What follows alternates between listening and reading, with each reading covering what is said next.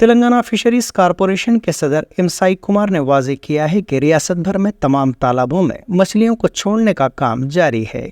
انہوں نے حیدرآباد میں میڈیا سے بات کرتے ہوئے کہا کہ نوراتری سے مچھلیوں کی تقسیم کا عمل شروع ہو گیا ہے۔ ہر تالاب میں موسمی حالات کے مطابق معیاری مچھلیوں کو چھوڑنے کا کام کیا جا رہا ہے۔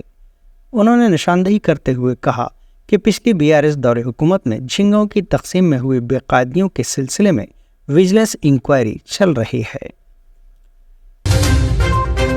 انکم ٹیکس کے عہدیداروں نے حیدرآباد اور اس کے اطراف تقریباً 30 مقامات پر بیک وقت دھاوے کیے۔ بڑی ریل اسٹیٹ کمپنیوں پر یہ دھاوے کیے گئے۔ ریاستی دارالحکومت حیدرآباد کی بشمول اضلاع رنگاریڈی، میدک اور سنگاریڈی میں بھی دھاوے کیے جا رہے ہیں۔ IT حکام کی تلاشیوں کا مقصد ریل اسٹیٹ کی سرگرمیوں کو وسیع تر جانچ کے حصے کے طور پر نامعلوم اثاثوں اور مالی بے قاعدگیوں کا پردہ فاش کرنا ہے۔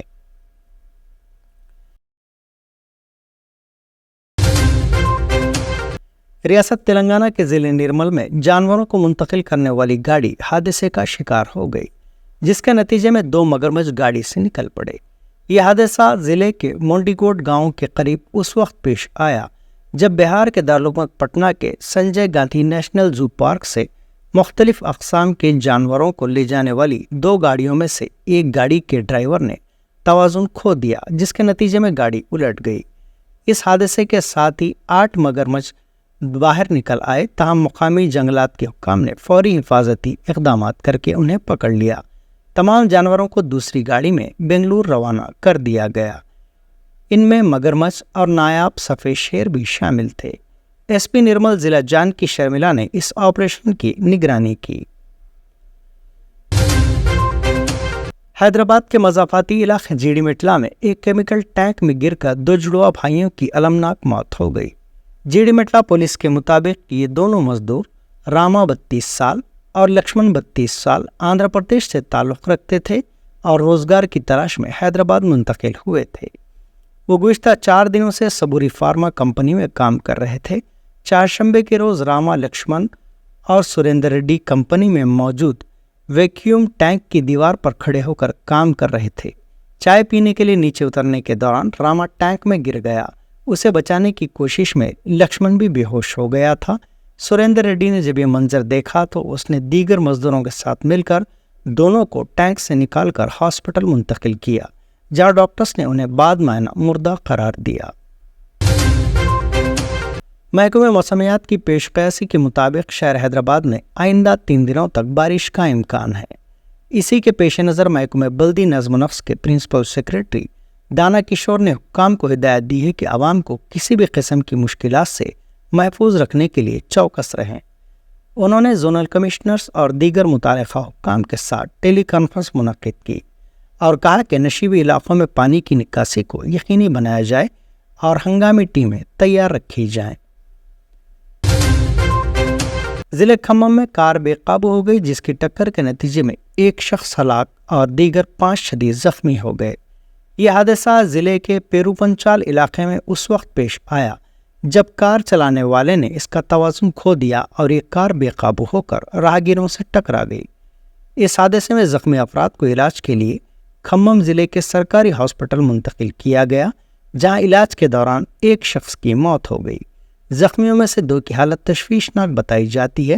مہلوک شخص کی شناخت نرسیا کے طور پر کی گئی ہے۔ خلیج بنگال میں طوفان کے زیر اثر آندھرا پردیش کے کئی اضلاع میں بارش کا سلسلہ جاری ہے۔ کئی اضلاع میں شدید بارش اور سیلاب کے خطرے کے پیش نظر حکام کو الرٹ کر دیا گیا ہے۔ بارش کی وجہ سے سڑکیں اور نشیبی علاقے زیر آب آ گئے۔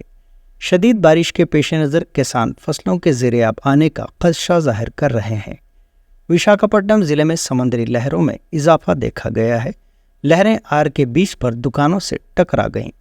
وقفے سے بارش کا سلسلہ جاری ہے، جس کی وجہ سے مقامی افراد کو مشکلات کا سامنا ہے۔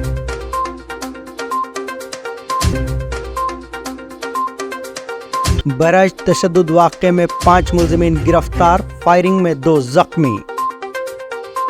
گروپ 1 مینس امتحانات کے لیے نقائص سے پاک انتظامات کرنے چیف سیکرٹری کی ہدایت، امتحانات موقع کرنے امیدواروں کا مطالبہ۔